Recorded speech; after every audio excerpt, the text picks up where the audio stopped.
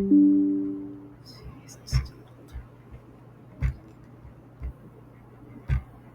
micrófono porque no funciona.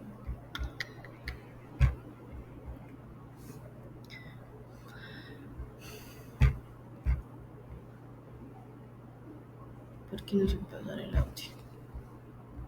Bueno.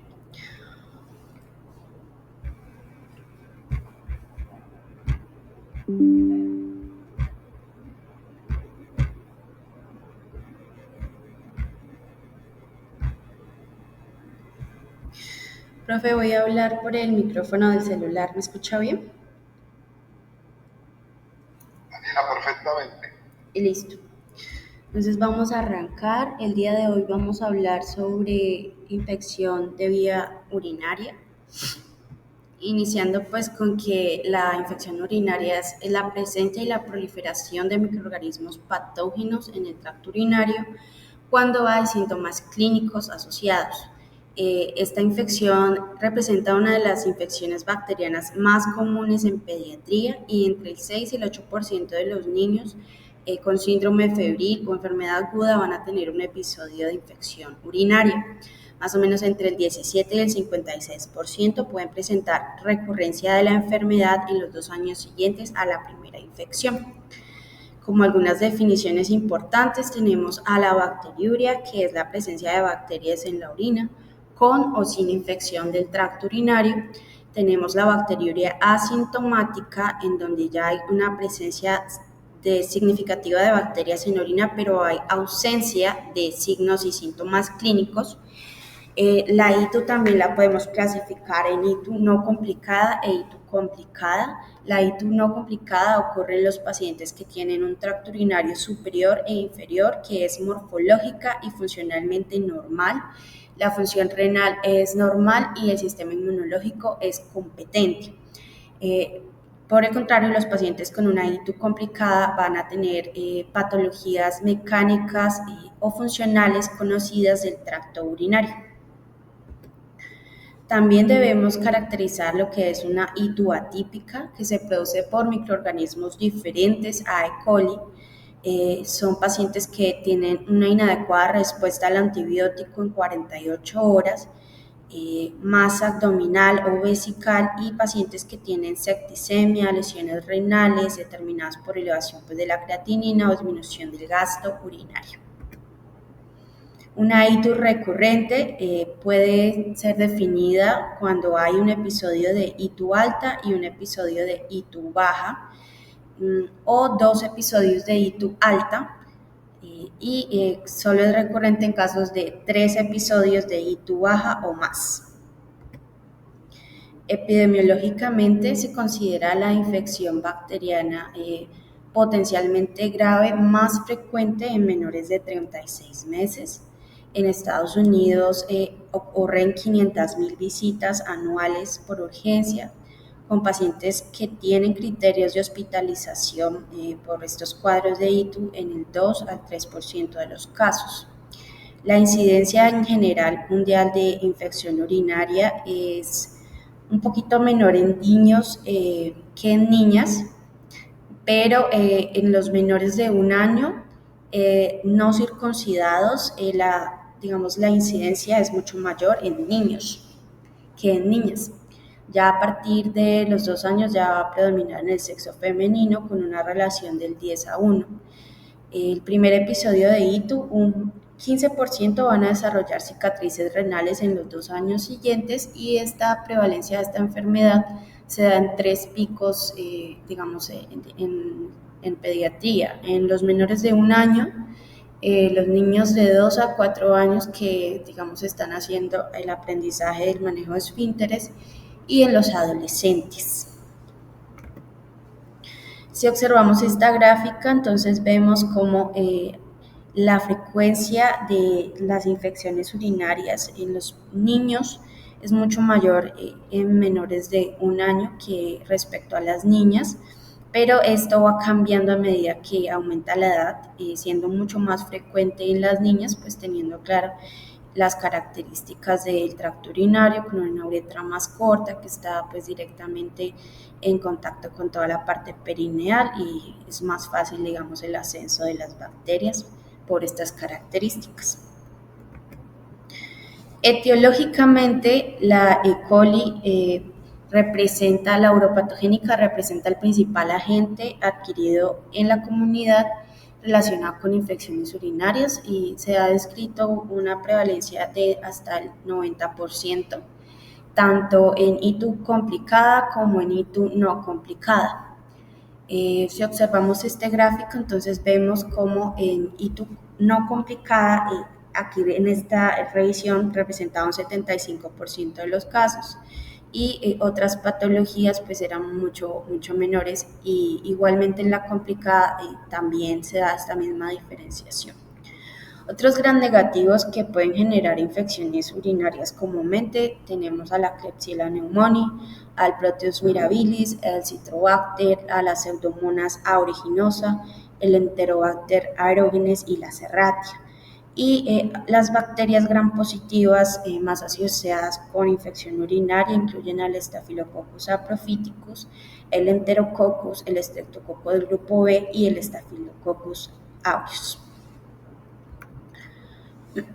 El 85-90% de las infecciones urinarias, como dijimos, son por Escherichia coli y frecuentemente las infecciones por Pseudomonas, el Streptococcus del grupo B y el Staphylococcus aureus se relacionan con pacientes que tienen alteraciones de la vía urinaria o que han estado expuestos a cirugías geniturinarias, cateterismos vesicales recurrentes y que han tenido uso de antibióticos recientes. También se ha relacionado la presencia del Proteus con la presencia de cálculos ureterales o vesicales incluso, y es mucho más común el Proteus en niños que en niñas. También podemos tener infecciones, sobre todo en las mujeres adolescentes sexualmente activas, por Staphylococcus saprophyticus en un 15% de las infecciones. No podemos dejar de lado tampoco a los virus porque se ha visto que, por ejemplo, el adenovirus, el enterovirus, los ecovirus y los coxsackievirus pueden llegar a causar hito y sobre todo son cistitis hemorrágicas. Y por otra parte, pues tenemos a los hongos que si bien son causas poco comunes, podemos tener casos, sobre todo pues en los pacientes que tengan catéteres vesicales permanentes, anomalías del tracto urinario o uso prolongado de antibióticos de amplio espectro o inmunosuprimidos. Y tener en cuenta pues a la cándida como uno de los hongos pues principales y que pueden generar patología grave. En cuanto a la fisiopatología, pues digamos las bacterias usualmente van a ascender de forma pues a través de vía ascendente y en los neonatos pues tenemos que tener también claro que puede generarse infección urinaria por vía hematógena.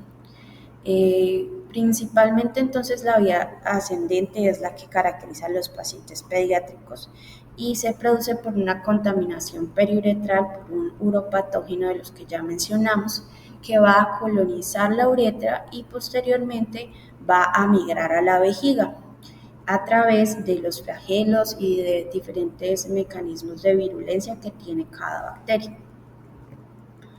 En esta gráfica entonces observamos a las infecciones, las ITUs bajas y las ITUs altas.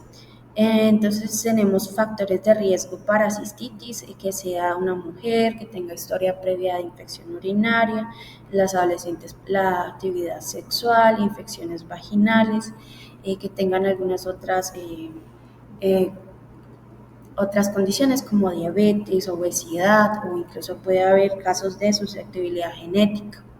Los síntomas van a incluir pues principalmente disuria, dolor suprapúbico, nocturia, hematuria o urgencia urinaria, que son, digamos, los típicos de las itus bajas, pero pues tenemos que tener claro que los neonatos pues no van a tener, los lactantes y los neonatos no van a tener estas características y pues los niños en general que no manejen los esfínteres todavía no van a tener estos síntomas tan marcados, entonces en ellos es importante tener claro la fiebre, que es sospechosa pues de hito.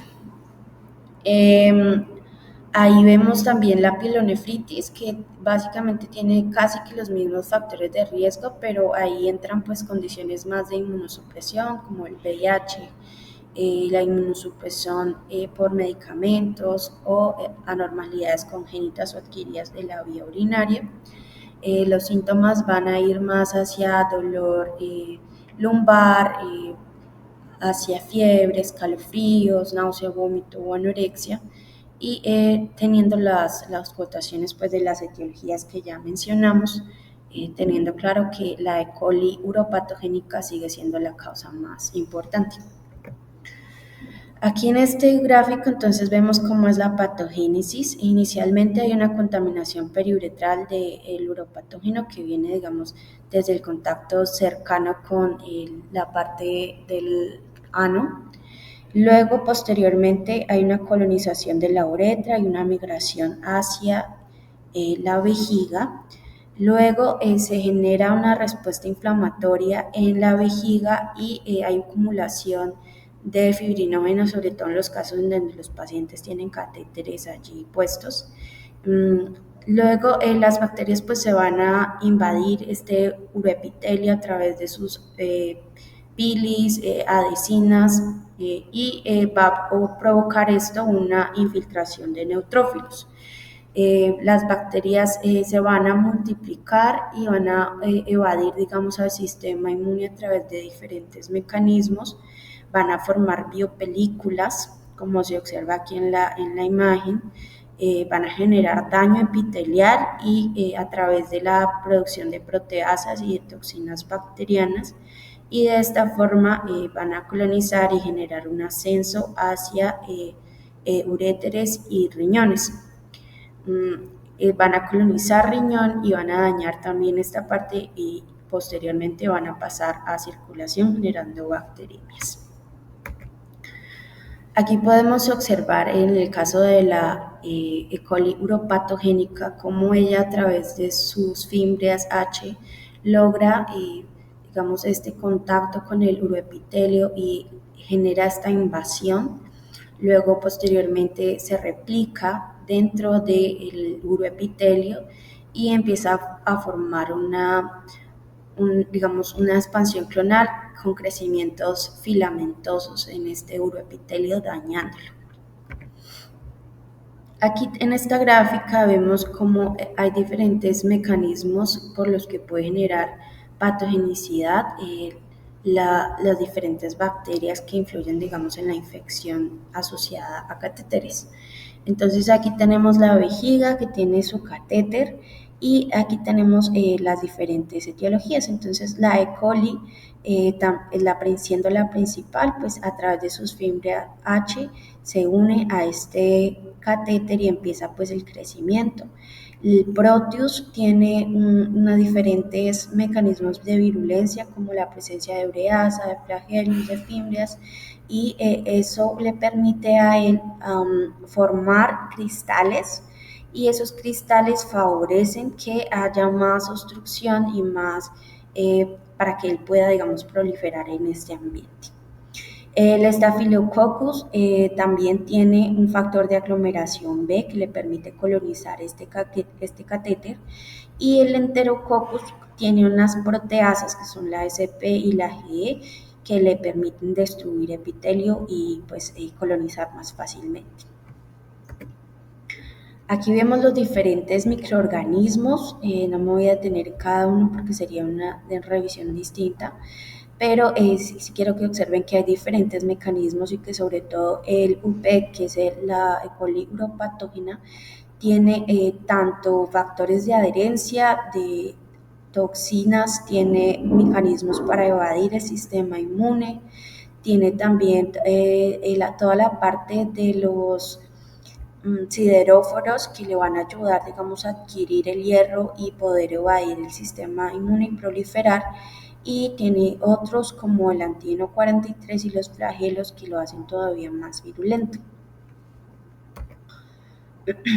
Algunos factores predisponentes para desarrollar infecciones de vía urinaria incluyen resistencia a los uropatógenos propios pues, de los microorganismos, que tenga realmente episodios previos de infección urinaria que no hayan sido apropiadamente tratados, la parte del huésped y que esté inmunodeprimido o que tenga colonización por catéteres. También que se presente la ITU asociada a otra enfermedad concurrente como una gastroenteritis, que aumentaría, digamos, el nivel de colonización periuretral. La deshidratación también puede llevar a generar ITU por una disminución de la frecuencia y mayor éstasis a nivel de la orina en la vejiga. Las infecciones vaginales también pueden generar mayor probabilidad de ITU, las candidiasis y las bacteremias concurrentes. Alteraciones de la vía anatómica como el reflujo vesicureteral, las valvas posteriores uretrales, la fimosis, uropatías obstructivas en cualquier nivel y anormalidades congénitas del riñón o del tracto ureteral. También tenemos algunos factores funcionales, más propiamente la disfunción de la parte intestinal y vesical, que incluye toda la parte de la constipación, algunas otras causas neurogénicas y algunas comportamentales como las relaciones sexuales sin protección, la encopresis y la colonización periuretral por prácticas de higiene poco adecuadas. Entonces, ¿qué factores son predisponentes para desarrollar cicatrices renales?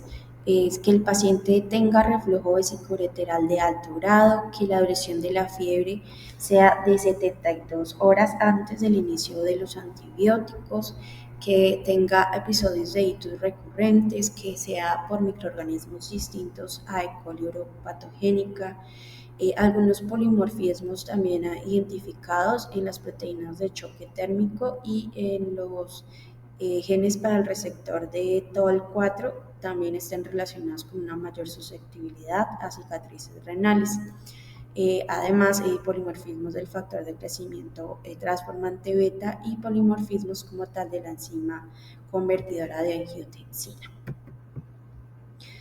Dentro de las manifestaciones clínicas, como les comentaba, pues tenemos que valorar muy bien al paciente, revisar bien su historia clínica y realizar un examen físico completo. Debemos buscar la presencia de masas abdominales y signos de estreñimiento. Debemos hacer un adecuado examen geniturinario que permita identificar en los niños signos de epididimitis o fimosis y en niñas la presencia de sinequia vulvar y vaginosis.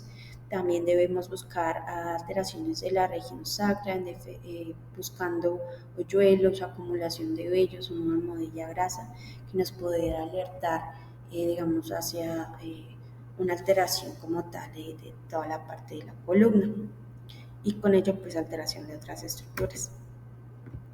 Dentro de las manifestaciones clínicas por grupo etario, entonces tenemos a los recién nacidos y lactantes menores que tienen fiebre como manifestación más común. También pueden presentar letargo, irritabilidad o vómitos. Ya los lactantes mayores y los preescolares sin entrenamiento de esfínteres podemos tener fiebre, vómitos, dolor abdominal y sensibilidad suprapúbica. En escolares y adolescentes, en esto sí vamos a tener entonces los síntomas típicos de la infección urinaria, que incluirán fiebre, dolor abdominal, dolor lumbar, disuria, poliaquiuria e incontinencia urinaria.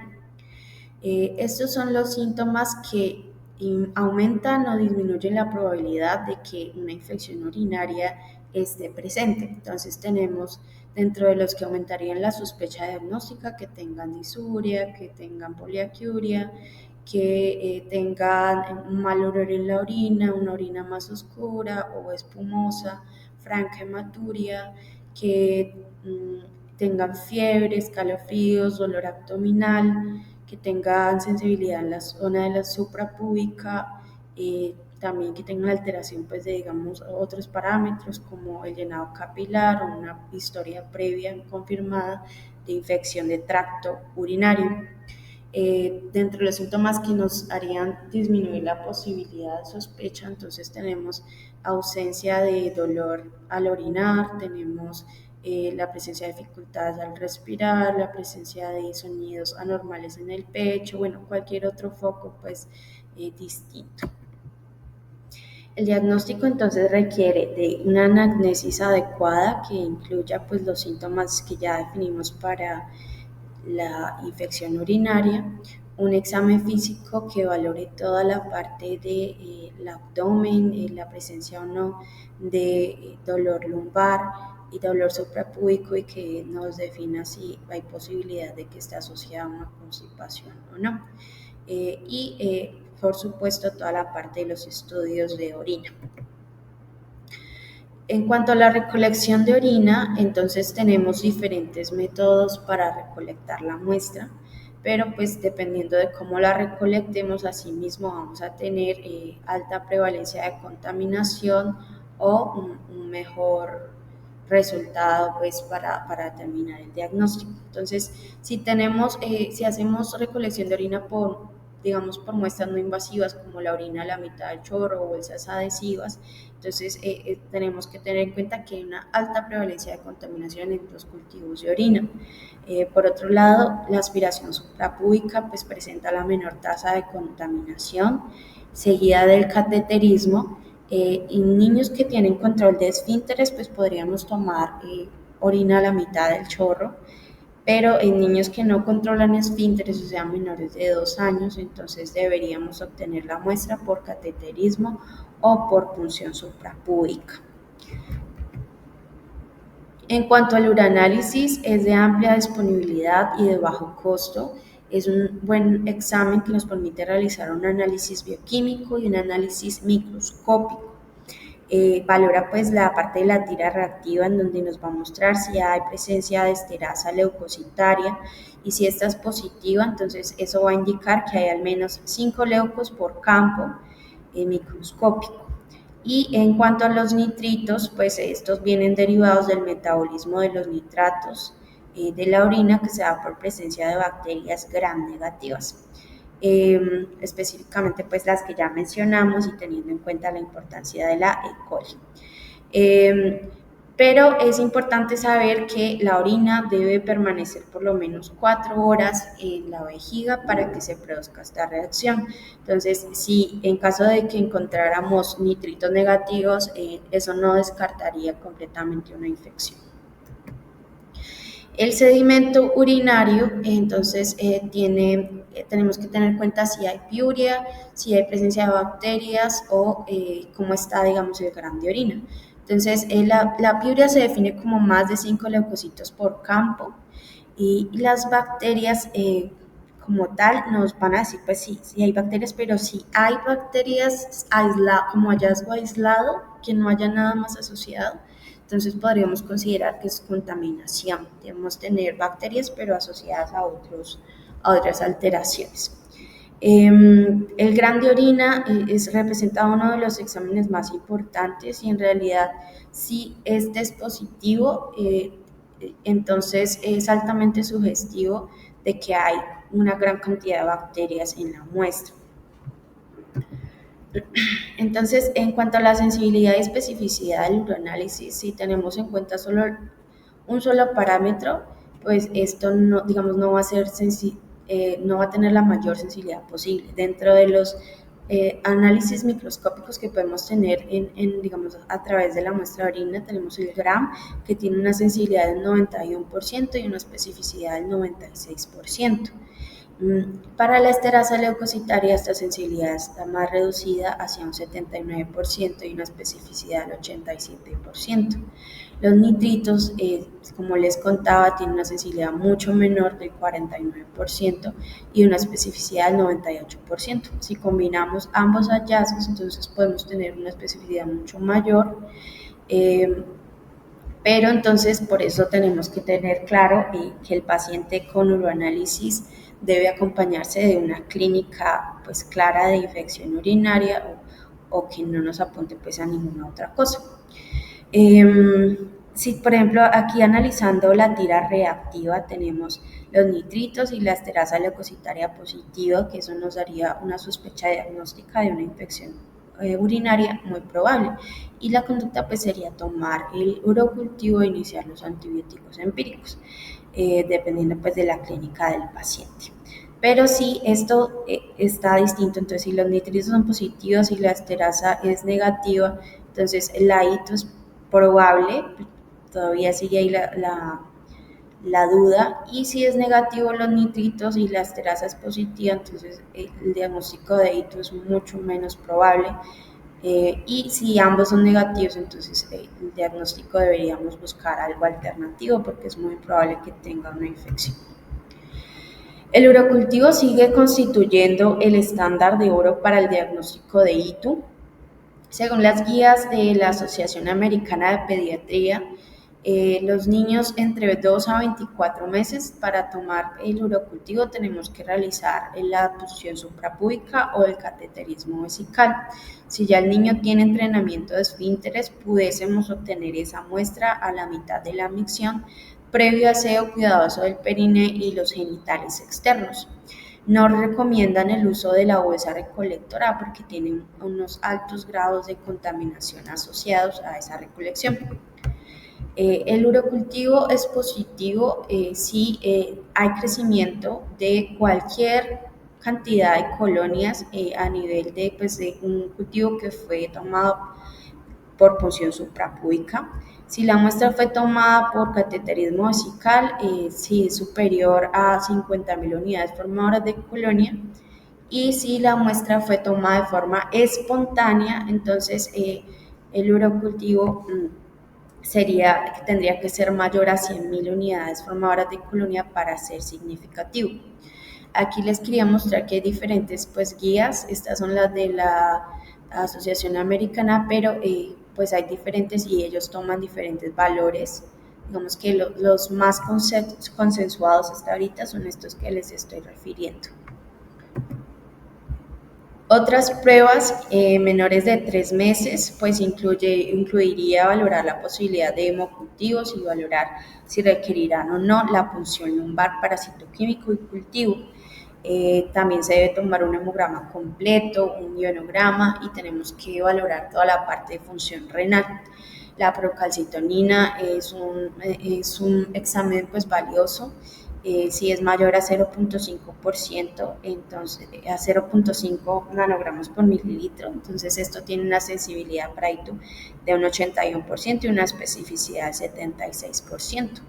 Una PCR mayor a 20 también nos alertaría de una infección con una sensibilidad del 93% y una especificidad del 37%. Y las pruebas de BCG mayores a 30 pues también podrían alertarnos con una sensibilidad del 83 y una especificidad del 57. Para confirmar el diagnóstico de pielonefritis como tal, no podríamos hacer, ninguna de las pruebas realmente nos sería más útil que la gamografía, pero la gamografía no la podemos hacer inmediatamente, sino que se debe diferir en 4 meses, como ya voy a explicar en las siguientes diapositivas. En cuanto a las imágenes, entonces tenemos que es de utilidad la toma de ecografía renal y de vías urinarias. Algunas guías lo plantean para todos los pacientes tras un primer episodio de ITU.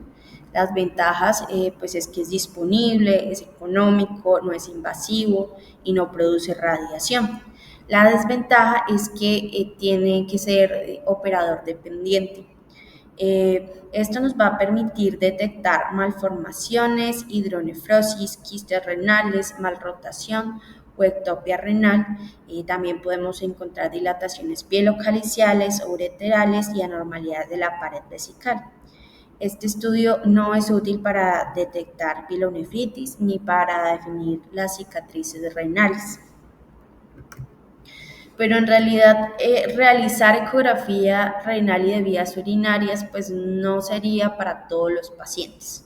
Según las guías NICE, se podría considerar ecografía cuando el niño presenta la primera infección urinaria antes de los 6 meses de edad o cuando tiene casos de itus atípicas o recurrentes entre los 6 meses y los 3 años. Según las guías de la Asociación Americana de Pediatría, la ecografía debería tomarse cuando presentan un episodio de ITU a los 2 años o menos o cuando tienen casos de ITUs atípicas o recurrentes en mayores de 3 años. Sí, la Sociedad Italiana de Nefrología Pediátrica refiere que se debe realizar la ecografía cuando el paciente presenta la ITU a los 3 meses o menos, y la Sociedad Europea de Nefrología Pediátrica dice que hay que hacer ecografía a todos los niños que tienen una ITU febril. Aquí en este artículo hindú valoran entonces qué pacientes se beneficiarían más de una ecografía. Entonces es un estudio retrospectivo, se valoraron pacientes de 0 a 18 años que sufrieron una primera infección del año 2017 a 2019 y se les tomó una ecografía 7 días después del diagnóstico, la realizada por el mismo radiólogo con el mismo dispositivo.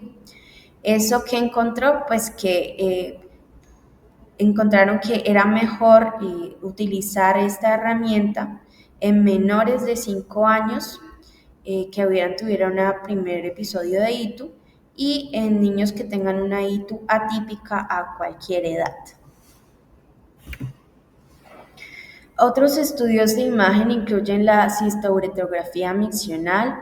Este procedimiento pues, es de elección para la visualización de las vías urinarias inferiores y para diagnosticar y clasificar el reflujo vesicureteral. Nos permite identificar los ureteroceles, la estrechez uretral, las valvas de la uretra posterior, divertículos vesicales, así como algunos otros hallazgos que van a sugerir disfunción vesical. En cuanto a las desventajas, es que este estudio pues, es de alto costo, se expone al paciente a radiación, puede inducir itus y pues, va a generar mucha incomodidad porque el paciente va a tener que utilizar la sonda vesical. En cuanto a la gammagrafía, es una buena alternativa para el diagnóstico y seguimiento de las cicatrices renales y es un examen confiable para la detección de pielonefritis. Pero sin embargo, como les decía, esta debe ser diferida entre 4 y 6 meses tras un primer episodio de infección urinaria y se toman en pacientes con itus atípicas, itus recurrentes o alteraciones en otros estudios como la ecografía. Estas son las guías turcas de la TPC-2 y que valora las recomendaciones para el manejo de pacientes con infección urinaria entre 2 a 24 meses de edad. Entonces tenemos un paciente que está dentro de este rango de edad y que tiene características pues, y que nos apuntan hacia una ITU. Deberíamos entonces hacer uroanálisis y urocultivo y dependiendo pues del resultado clasificar la posibilidad de una infección. Entonces si ambos son positivos consideramos la infección y damos el antibiótico. Si el urocultivo es positivo pero el uroanálisis no, de todas maneras pues tenemos la sospecha y definimos darlo. Y si son negativos, entonces pues ya descartamos la infección. Dependiendo entonces de si ese niño tuvo una infección o no, entonces se realiza la ecografía. Si la ecografía es normal, entonces debería hacer en ese niño que tuvo esa infección antes de los 2 años una profilaxis por 4 meses. con antibiótico y posteriormente tomar la gammagrafía. Si la ecografía sale anormal, inmediatamente habría que no hacer la profilaxis, sino inmediatamente tomar la gammagrafía y la cistorectografía miccional, pues determinar con esos estudios si son normales o anormales y de acuerdo a eso descontinuar la profilaxis o hacer otros pasos ya pues más de la especialidad de la urología. En cuanto al manejo, pues tenemos diferentes objetivos terapéuticos. El primero pues es tratar precozmente las citos para prevenir o tratar las complicaciones agudas, prevenir los episodios recurrentes y disminuir el riesgo de daño renal. El manejo pues se va a dar con un tratamiento antibiótico de acuerdo pues a la alta sospecha de infección urinaria y para clínicos pues sugestivos de infección. La mayoría de los ITUs pueden ser manejados en casa con hidratación, antipiréticos y antibióticos orales, pero hay ciertos pacientes que debemos sí o sí manejar de forma hospitalaria. Entonces los criterios incluyen niños menores de 3 meses, que tengan aspecto séptico, que tengan inmunosupresión, que tengan intolerancia a la vía oral, que tengan uropatía obstructiva y o reflujo vesicureteral de alto grado, imposibilidad de asegurarles un seguimiento correcto o que tengan fracaso al tratamiento oral con persistencia de la fiebre tras 48 horas de inicio del antibiótico. Hay diferentes pues, medicamentos que podemos utilizar. Algunos medicamentos de baja sensibilidad incluyen la ampicilina, la amoxicilina, el ampisulfa, la cefalexina y el trimethoprim. Otros orales con mayor sensibilidad incluyen a la cefuroxima y el ácido nalidíxico. Y algunos antibióticos parenterales con sensibilidad adecuada incluyen la ceftriaxona y la mica. En este estudio que hizo la doctora Consuelo Robeto en el 2007 para valorar la etiología y la sensibilidad bacteriana en infección urinaria en los niños que consultaron al Hospital Claude Noel y aquí al Hospital Universitario, entonces se valoraron 123 urocultivos tomados el 50% por sonda vesical, 33% por micción espontánea y 17% por punción suprapúbica. De estos pacientes, el 58% eran mujeres y el germen que ellos aislaron más frecuentemente fue la E. coli, la Klebsiella en un 16% y el Proteus en un 2.5%. Los antibióticos que tenían mayor sensibilidad fueron el cefixime, la ofloxacina, la cefuroxima, el ácido nalidíxico, la ceftriaxona, la micacina y la genta. Y los que tenían sensibilidad intermedia entre el 61 al 70% incluían a la moxaclavulonato, la ciprofloxacina y el nitrofurantoína. Otros incluían baja sensibilidad, menor al 60%, incluían a la amoxicilina, la ampicilina, el cefadroxilo, el trimethoprim y la ampicilina sulbactam y la cefazolina.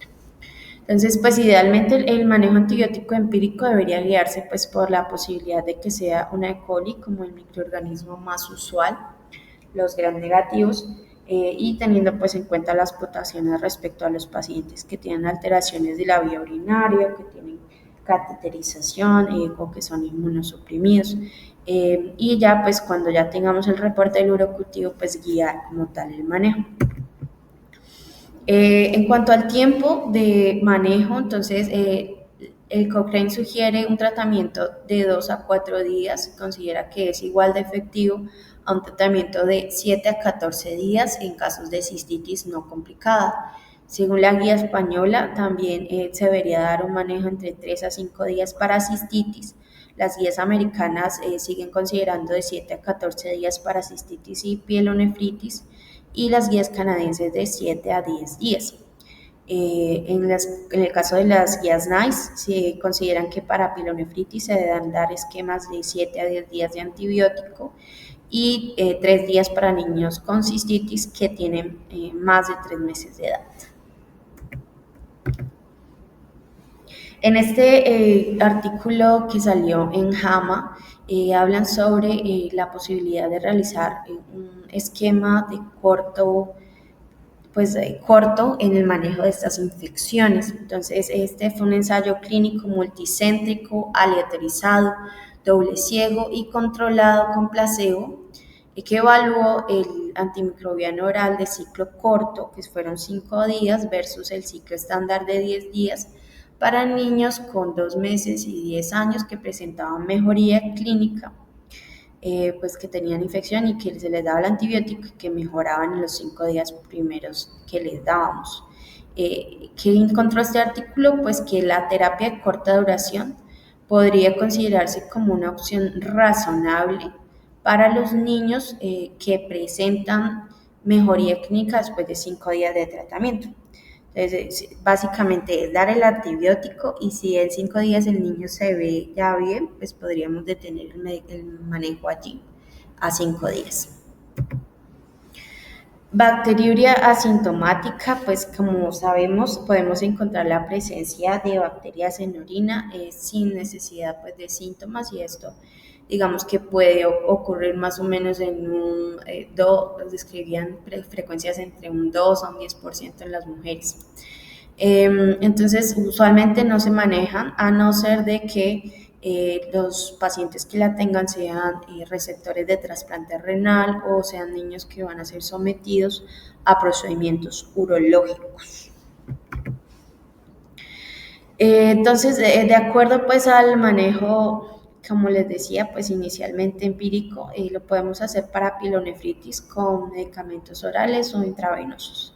Si son medicamentos intravenosos, entonces podemos incluir manejos con amikacina, ceftriaxona, cefuroxima, amoxiclavulonato o gentamicina.